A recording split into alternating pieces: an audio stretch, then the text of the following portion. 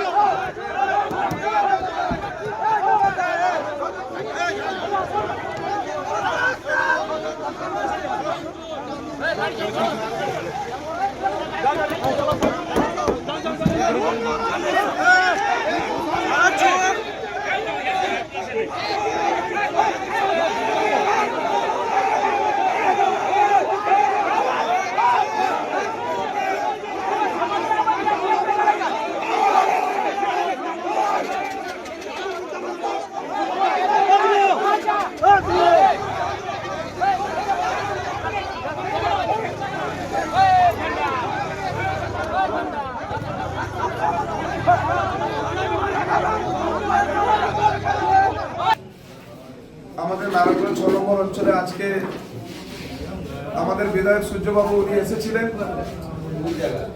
Community হলে, সেটা আমাদের গ্রামের মধ্যে। প্রতিবাদ করার কারণটা একটাই উদ্দেশ্য, আমাদের বিধায়ক সূর্যবাবু কিছুদিন আগে আমি আমার ৬ নম্বর অঞ্চলে, যেহেতু আমি যুব সভাপতি, আমি একটা বিজয়ী সম্মেলনী করেছিলাম আমাদের নারায়ণগড় পদসাথীর সামনে। কোনো রকম কুমন্তব্য বা বিধায়কের ব্যাপার নিয়ে আমরা কোনো কিছু প্রতিবাদ করিনি, দলের কথা বলেছি। সেম নারায়ণগড় বাজারে তিনি পাল্টা বিজয় সম্মেলনী করেছিলেন একদম ভারী মঞ্চে, সবার কাছে। আমাদেরকে কুকুরের সঙ্গে তুলনা করেছেন, আমাদেরকে কোনো জায়গায় অসম্মান করতে তিনি ছাড়েননি। অথচ আমাদের কসবা গ্রামে 4টি বুথ রয়েছে। প্রতিবার পঞ্চায়েত নির্বাচন হোক, বিধানসভা নির্বাচন হোক বা যেই নির্বাচন হোক, আমাদের কসবার বাসিন্দা যারা আছে প্রকৃতি একদম তৃণমূল কংগ্রেসের ভোট আমাদের তৃণমূল কংগ্রেসেই পড়ে। এবার আমরা ভোট দিয়ে তাকে নির্বাচিত করেছিলাম। আমাদের মধ্যে অনেক আশা ছিল, তার প্রতি অনেক সহানুভূতি ছিল। তিনি শুধু নিজের স্বার্থে যাকে অঞ্চল প্রেসিডেন্ট করেছেন, কোনো এলাকার লোক তাকে চায়নি। তিনি একটা টাইমে ছিলেন, তার কাছ থেকে সবাই বিজেপিতে পালিয়ে গিয়েছিল এবং 2019-এ ওনারই কারণের জন্য পুরো পার্টি অফিস 2019-এ বিজেপিরা দখল করে নিয়েছিল। আমাদের কসবার যারা কর্মী এবং আলাদা বুথে সবাই মিলে কিন্তু তৃণমূল পার্টি অফিসটাকে আমরা সেই বিপদের সময় রিকভার করেছি। 2023-এ পঞ্চায়েত নির্বাচনে আমরা গিয়ে পুরো 22টা থেকে 20টা পঞ্চায়েতকে বের করেছি। এইভাবে কিন্তু আমরা দলটা করি। আমরা বিধায়ক বাবুকে বলেছিলাম যে আমাদের গ্রামে যে গ্রাম পঞ্চায়েতটা রয়েছে, আমরা আপত্তি করেছিলাম যে যেহেতু 2026 সামনে আমাদের বিধানসভা নির্বাচন, যাতে মানুষের মধ্যে কোনো রকম দুঃখ কষ্ট না হয়, এটা বিধানসভার পরে যাক, এটা আপনার কাছে আমাদের আপত্তি।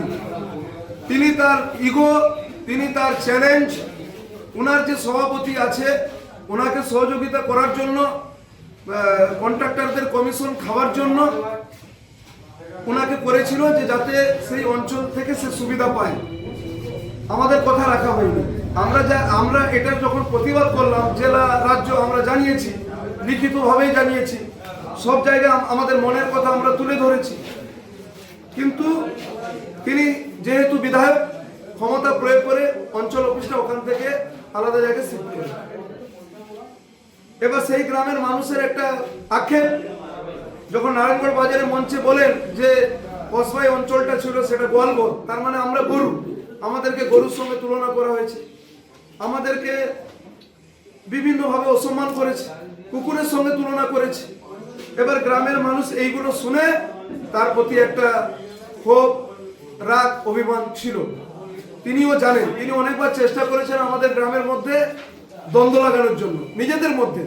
তিনি পার্টি অফিসে ডেকে ছেলেদেরকে 10,000 টাকা দিয়েছিল, যাতে আমরা অন্যায়ের যে প্রতিবাদটা করছি, তুলে ধরছি, আমরা প্রতিবাদ যাতে না করতে পারি, আমাদের গ্রামের ছেলেদেরকে পয়সার লোভ দেখিয়ে দ্বন্দ্ব লাগানোর তিনি পরিকল্পনা করেছিলেন। আমাদের ছেলেরা যখন বুঝতে পারে, তারা এসে আমাদের সঙ্গে মিশে যায় যে আমরা নিজেদের মধ্যে লড়াই করব না, বিধায়ক বাবু এইভাবে চক্রান্ত করে আমাদের মধ্যে লড়াই লাগানোর চেষ্টা করছে।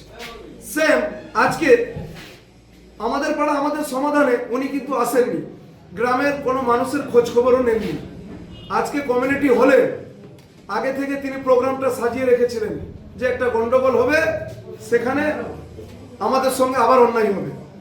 এবার সাধারণ গ্রামের মানুষ তারা বলছে আজকে বিধায়ক বাবুকে বলবো যে আপনি যখন আমাদেরকে গরু বলেছেন, গ্রাম পঞ্চায়েত এত দীর্ঘদিনের একটা স্মৃতি, সেখানে আপনি গোয়ালঘরের সঙ্গে তুলনা করেছেন, আজকে আপনি এইখানে কি জন্য এলেন? এই কথা বলার জন্য সবাই কিন্তু প্রতিবাদ করে। এবার আমাদের ছেলেদেরকে অনেক সময় যে যার একটা ব্যবসা করে, ব্যবসার একটা লাইন আছে, সেখানেও সে তার নিজের টেকনিক ভাবে বলে অসম্মান করে।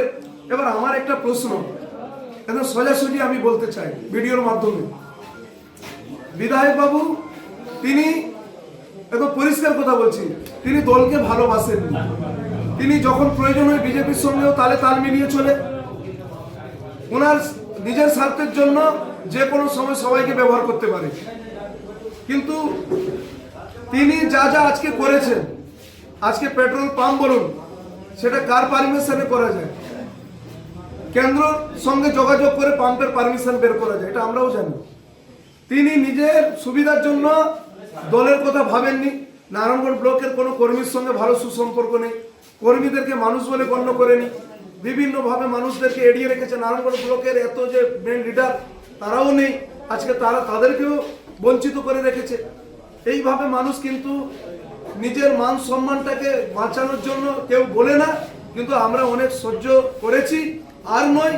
তাই আমি দলকেও রিকোয়েস্ট করব, এই 2026 ঢুকেছে সামনে, আমাদের প্রার্থী সিলেক্টেড হবে। আমরা চাই নারায়ণগড় ব্লক শুধু 6 নম্বর অঞ্চল নয়, এটা আমি নারায়ণগড় ব্লকের প্রত্যেকটা মানুষের মেসেজ আমি দিচ্ছি, যাতে এই টিকিট যাতে ও না পায়। আপনারা খোঁজ খবর নেন, এই মানুষ যেভাবে 5 বছর নারায়ণগড় ব্লকটাকে শেষ করেছে নিজের ক্ষমতা প্রয়োগ করে, আমরা চাইনি যে আবার 5 বছর মানুষের সঙ্গে অন্যায় হোক। আর বাস্তবে এটা ঠিক, ও যদি টিকিট পায়, দাঁড়ায়, 100% ও হারবে।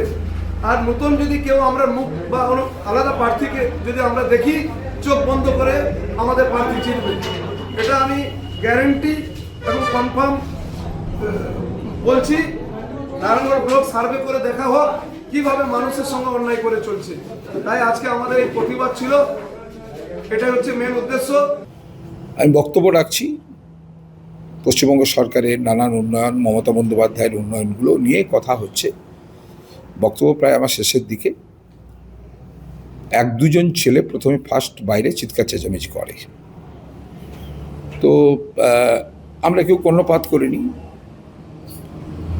লাস্টে দেখি আরও 4-5 জন এসছে, বাইরে চিৎকার চেঁচামেচি, গালাগালি, অশ্লীল ভাষায় চলছে। তো মিটিং থেকে বেশ কিছু লোক উঠে গিয়ে তাদেরকে প্রতিরোধ করছে যে তোমাদের প্রবলেম কী কারণ তোমরা এগুলো চিৎকার চেঁচামেচি করছো, কী বক্তব্য বলো। তারা কারোর কথা শুনতে রাজি নয়। তারা অশ্লীল ভাষায় আমাকে আক্রমণ করছে, ব্লক সভাপতিকে আক্রমণ করছে, যারা আমরা ছিলাম সবাইকে আক্রমণ করছে। তো অঞ্চল সভাপতি উপস্থিত হয়েছে, এখানে আমাদের প্রধান উপস্থিত হয়েছে, সব এখানে আছেন, প্রধানও আছেন, অঞ্চলের মহিলা নেত্রীও আছেন, সেখানেও তারা মিটিংয়ে ছিলেন।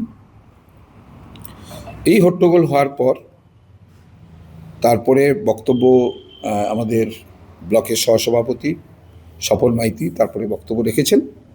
বক্তব্য রেখে আমরা বললাম যে মিটিং আর চালানোর দরকার নেই, বাইরে কিচকাচ চেঁচামেচি হচ্ছে, পরবর্তী সভাতে আমরা যাব। আমরা বেরোচ্ছি, পুলিশ দেখলাম তৎক্ষণে পুলিশ ওসি এরা সবাই পৌঁছেছে।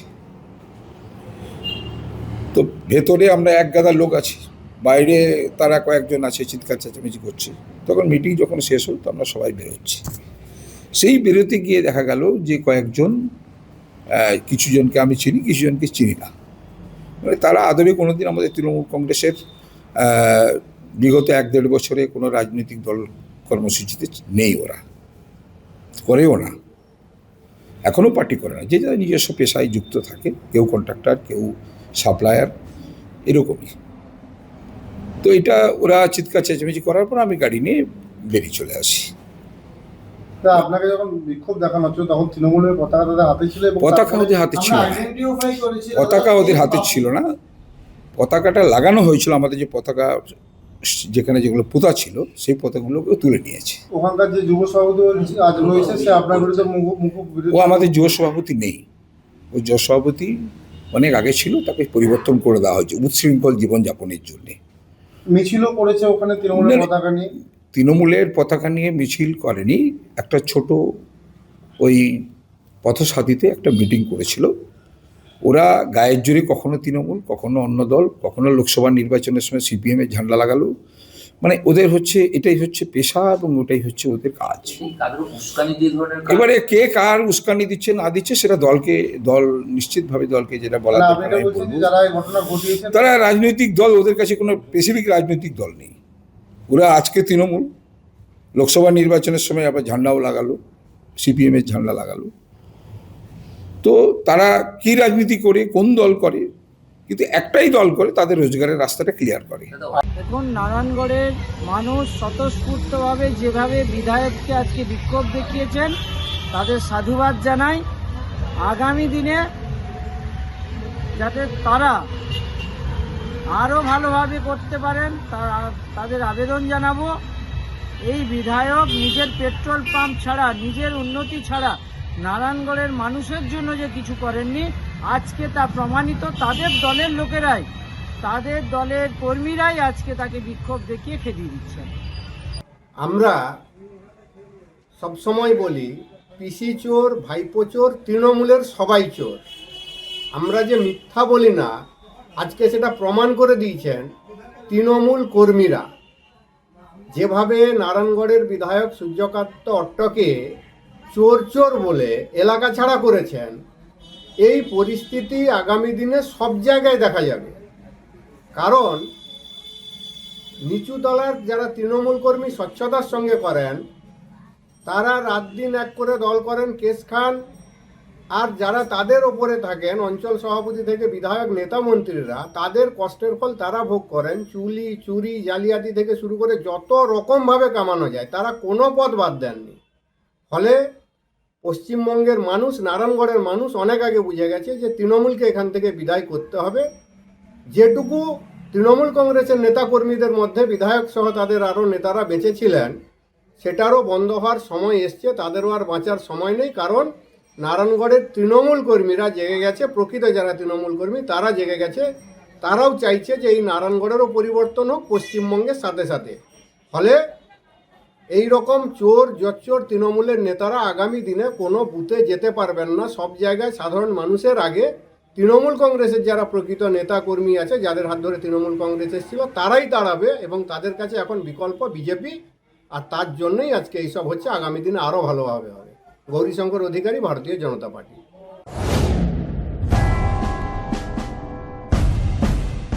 সিলভার হাউস জুয়েলার্স, স্বপ্নের স্বাদ পূরণে অলংকার জগতের 37 বছরের এক বিশ্বস্ত প্রতিষ্ঠান। বিয়ে, রিসেপশন, এঙ্গেজমেন্ট সহ সব রকমের অনুষ্ঠানের গহনা কিনে স্বপ্নের স্বাদ পূরণ করার জন্য আসতেই হবে সিলভার হাউস জুয়েলার্সে। আপনারা এখানে পাবেন 916 হলমার্ক, সোনা, রূপো, হিরে, প্লাটিনামের এক্সক্লুসিভ ডিজাইনের বিপুল সম্ভার। এছাড়াও পাবেন সার্টিফাইড গ্রহরত্ন। এখানে রয়েছে সর্বাধুনিক ইলেকট্রনিক গোল্ড টেস্টিং মেশিনের দ্বারা সোনার খাদ যাচাইয়ের সুযোগ। এছাড়াও আপনারা পাবেন বিশেষ কেনাকাটার উপর গোল্ড কার্ড। তাই আজই আসুন বেলদা সিলভার হাউস জুয়েলার্সে, বেলদা বাস স্ট্যান্ড, পশ্চিম মেদিনীপুর। যোগাযোগ নাম্বার 9476409501। নিজেকে আপডেট রাখতে ফলো করুন